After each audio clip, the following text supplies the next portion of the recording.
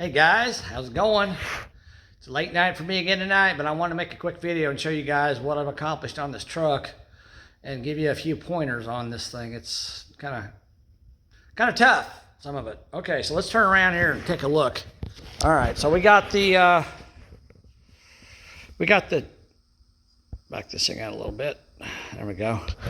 We got the steering shaft installed, and I told you guys about that. Let me grab my tape measure because I don't remember what I cut that at. It was 29 inches to start with, and now it's, hold on a second here. Come on, stay up there. Looks like it's about 24 and a half, 25 inches, somewhere around there. So it started out at 29. I cut, actually over here, I've got, there we go. I cut out this piece, and then I cut out a small piece, probably about a half an inch, just to shorten it just slightly. This was the first piece I cut out, so let's see what it is. It is 4 inches. So yeah, so I cut out, yeah, so if I cut another inch, then be about 25 inches is what you're going to need for that. At least if you're using a column I'm using, a 30-inch column from Speedway. I will tell you one thing about this column. If you buy it, these screws right here, it's got some Allen head screws in there, and they're absolute garbage. I couldn't even get them to tighten up. So I took them out, and I put stronger grade metric screws in that, and it's, I can tell you what it is here. Hold on. I think it's an M5. Let me look and see. It's let's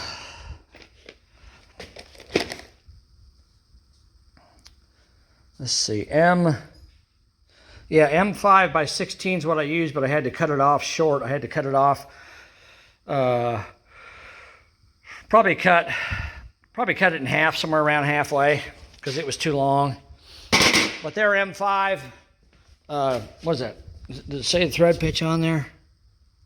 No, it doesn't. But they're M5 bolts. So you might want to take those, if you use this thing before you put this all together, you might want to take those crappy Allen head screws out of there and put in some nice bolts and tighten them down with that. So I did that. I already talked to you about the master cylinder assembly. Oh, and I went back out to my S10 guy the other day, and I got a heck of a deal from him. I got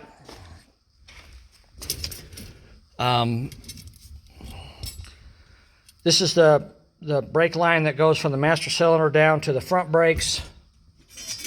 This is the brake line that goes from the master cylinder down to the rear brakes. This is, if I can get it out of here, this is the brake line that goes all the way across the front,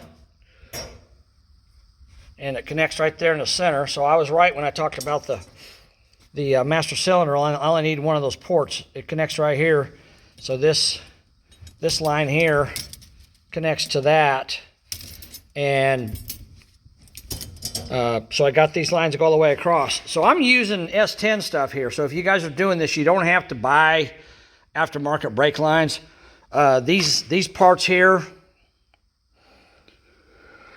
excuse me, I got a yawn, I'm tired.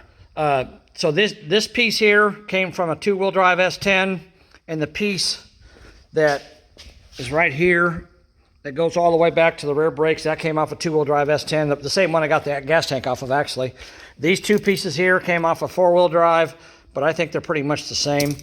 So I grabbed those, and I also got the wire harness that goes from the tank all the way up to the firewall for the taillights and the gas tank. And the reason I got that is because I want to be able to hook up the gas tank to get this thing to the body shop. Hook up the fuel pump, I should say. The gas tank's almost hooked up. I got my vent right here. I got it going to a vent underneath the frame, or underneath the bed. And then this is my fuel line. This is, I think I explained this before, this is a return line you don't need. That's a vent line going to the charcoal canister, which I don't have, so I just looped them together. And that, I shoved that on there. That's like a 5/16 hose, and I lubricated it and shoved it on there. It's really tight on there, so it's going to stay. But I did something really cool today with this filler neck. I'll have to show you guys that when I'm done with it, but I'm not done with it. But anyhow, I got that wire harness so I can run a wire from the fuel pump, and I'm just going to put a toggle switch in the dash somewhere. Bo is going to have some fog lights or driving lights on the front of this thing, I believe. I think he bought them. And if he did, then I'm going to put a toggle switch in the dash for those, but it's going to be temporarily used to power the fuel pump because I'm not going to put anything in the dash because the dash is going to get painted. So I want to leave the dash empty. So all I'm going to have is an ignition switch and a toggle switch. And the ignition switch, of course, is going to go to the engine, start the engine, and the toggle switch is going to go to the fuel pump to for power the fuel pump. Other than that, there's not going to be any wiring in here at all. I'm not going to put, I got a wire harness for it, but I'm not going to put it in it until I get it back from body work. That way it doesn't get paint and primer overspray all over it. So I'll just, that way it'll still look nice when I put it on the truck. I got the brake pedal. I showed you guys all that. I got the steering wheel installed. I had to buy screws for it, but I got those. Oh, and here's the tricky part. It took me a little while. I told you guys it took me a little while to get this steering column in, right? Well, this kit that I bought, I think I showed you guys that already. This kit, so it's got a heim joint there and a heim joint. Let me zoom in here so you can see what I'm talking about. A heim joint down there, and then it's got this aluminum bar, and I'll show you guys a better view of that comes out of the transmission. And it's got this piece of straight rod that comes up here. I've been fighting that thing for a couple days trying to get it to line up the way I wanted to, and for the shift lever to shift properly. So let me show you what I had to do. We'll start up here at the top. So first of all, this hold on a second. Where's that piece at? So I originally had this on there, and I was going to use it because it goes backwards. It's bent, but this one here is about an inch longer than this one is. So I ended up using this one because I needed more throw up at the top. And what I did to make it line up, I took a crescent wrench and I slid it over it and tightened it up, and then I twisted it just a little bit. You can see it's got just a tiny bit of a twist in it, okay? And then the rod coming out of that, if you see that, it's got just a slight bend in it, because I wanted to move the rod out a little bit so it'd be pointed more towards the transmission. So you can see it's got a slight bend in it, just a little bit. Now at the bottom, that's a different story. All right, where's my flashlight? There it is. So I'll show you guys what I had to do down here at the bottom. It's a mess. Well, it was. It works pretty good now. Let me get down here on the floor so you can see what I'm talking about. So down here, so here's the arm I was telling you guys about. The arm that bolts to the transmission. So that's how that thing bolts up. You can see how that's bolted up. Now I started out with this heim joint all the way out here. And when I tried to shift it, of course, the shift lever went way off the scale up there on the column, and I couldn't figure out what I was doing wrong. And then I realized one thing you got to take into consideration when you're doing this is you've got a fulcrum here, and you got a fulcrum up there. So when you move that, this one moves accordingly. So if you've got this one all the way out to the end, it's going to move a further distance for every little bit that one moves, because you got it all the way out to the end. So I figured that out. So I moved it in, and I'll kind of get it where you can kind of see it. Hold on, let me get my phone up here so you guys can see better. I'm going to get right in here. Yeah, damn it. Almost. Sorry about that. I hit my screen and changed things there. Okay, so you can see I marked it where it's going to be sitting at, but it's maybe a half an inch in from the inside, and it's about probably 8 o'clock position, pointing forward. And, like I said, about a half an inch in, okay? And then here's what else I had to do. Let me get around here. Hold on, not do it without shutting my phone off. On this end here, I try to show you this. See that? I had to, this thing, I don't know why they made this thing this way. If they'd have made this rod If they'd have made this rod about 3 inches longer and threaded it, it would have been perfect. But it's 21 inches. It's too short.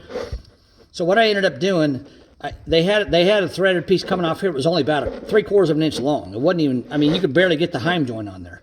So I ended up cutting that off and going to the hardware store and buying a 2.5 inch long bolt and then welding it at an angle. You can see the angle there? See how it's angled? So it comes down and then goes straight into the transmission. See that?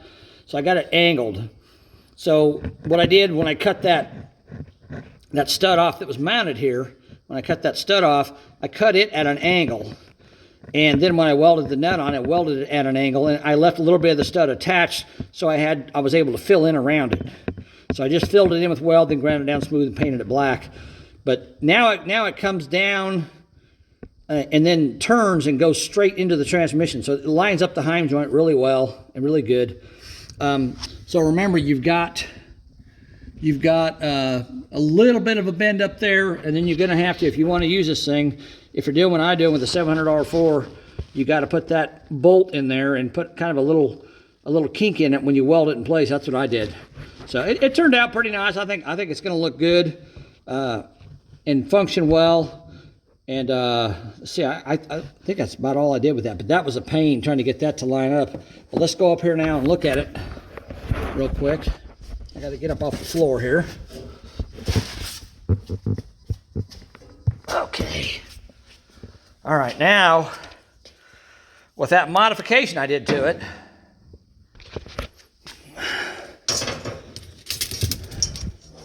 got to move these brake lines out of the way. I got laying all over the seat that I just showed you guys.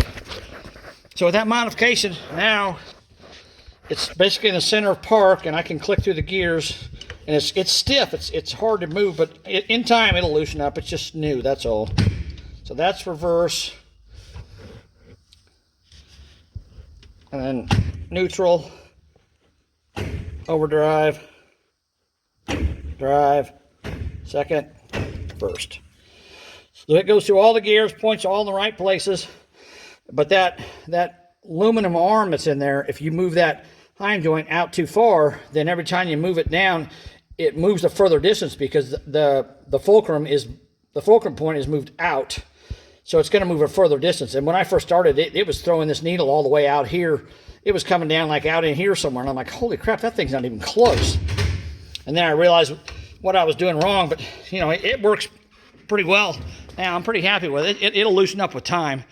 But I like it. It turned out nice. And I also, these heim joints, before I did the final installation of them, I took a little bit of motor oil and put some motor oil on them and moved them around and got them well lubricated, so they work really well. And everything's good and tight there. So that's done. The fuel line, that's another thing, if you guys are doing this. The fuel line from the tank up to here, I'm using it. There was a swedged fitting right there, a swedged in right there.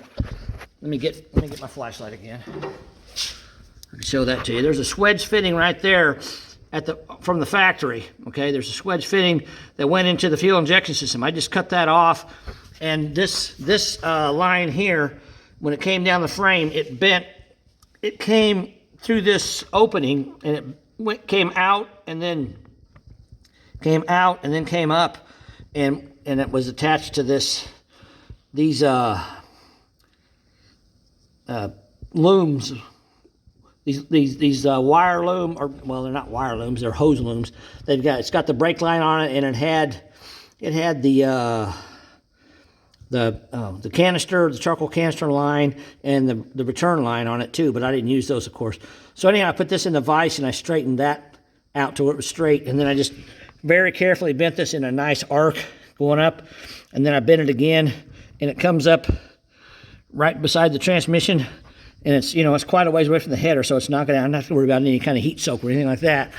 And that line is, I mean, that line is heavy duty. It's 3/8 inch, and it's, you know, it's steel line. It's very strong. So you guys don't have to go out and buy like some fancy line to do this if you don't want to do it. You can just get the lines off the S10, the brake lines and the fuel lines, and just adapt them to whatever you want to use them for. You know, you don't have to do it the way I did it. But you can, you know, you can make them work. There's no point in going out and spending all that money buying that stuff.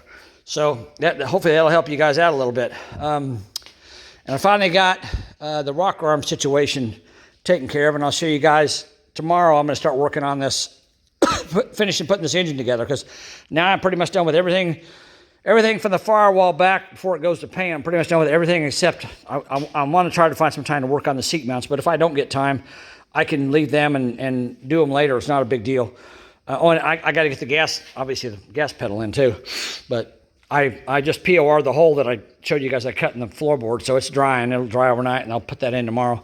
And then I got to put this filler neck in. I'll show you guys what I did with that too. That's pretty cool. But anyhow, that's just a quick update on what's going on. I don't think there's anything else that's going on here, but this is kind of a pain. So, if you got any questions, feel free to, shoot me a message or whatever, and let me know what you think. I think this thing's looking real nice. I like that booster and master cylinder. That looks really nice. Now that I've got that all assembled, that looks really pretty, and the steering shaft looks great. Now, I will tell you, if I haven't told you already, this steering shaft, you buy it I bought this one off Amazon, and they say it's stainless steel, but I don't think it is, because I can stick a magnet to all three of those things. I can stick a magnet to both those joints and that shaft. And if it's stainless steel, it's not pure stainless steel. It's partial maybe. But it's got a good polish to it, and it's probably been, clear coated with something. So it looks nice. It's just not stainless steel the way I think of stainless steel. So anyhow, so here we go, guys. What do you think? You like that? Like the way that looks with that steering wheel? And like I said in my little video, one reason I went with this chrome column and not the factory S10 one, because there's not a shift indicator on the S10 column.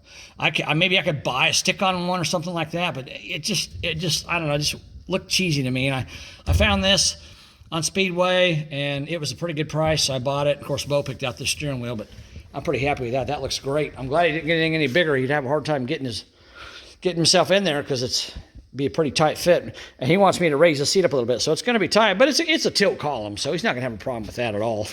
But I'm really happy with the way it's turned out so far. That's just a quick update, you guys. Let you know what's going on with it. So I hope you like it. Comment, tell me what you think. If you got any questions about me doing this build, if you're maybe just starting one or whatever, I'll try to help you out as much as I can. And I'm trying to make this, like I said before, I'm trying to make this to where you can watch my videos and you don't have to go through all the crap that I've gone through to try to get this done. And don't worry, Bo, I'm not charging you all these hours, because if I did, you'd crap your pants. So I'm being nice about it. It's just, it's a process. It takes time to think things through and to try to figure things out, just like that shifter thing. I mean, I spent several hours on it, but now it works the way it should. I mean, I figured out that obviously I had to add to it, and I figured out the position of all that stuff and everything. So it wasn't simple, but it's a good strong shifter now. It's going to last, the lifetime of the truck. So he'll be happy with it. But anyhow, guys, I appreciate it. Thanks for watching, and subscribe to my channel. Tell me what you think, good or bad. Maybe you think I'm crazy. Maybe, I don't know, whatever.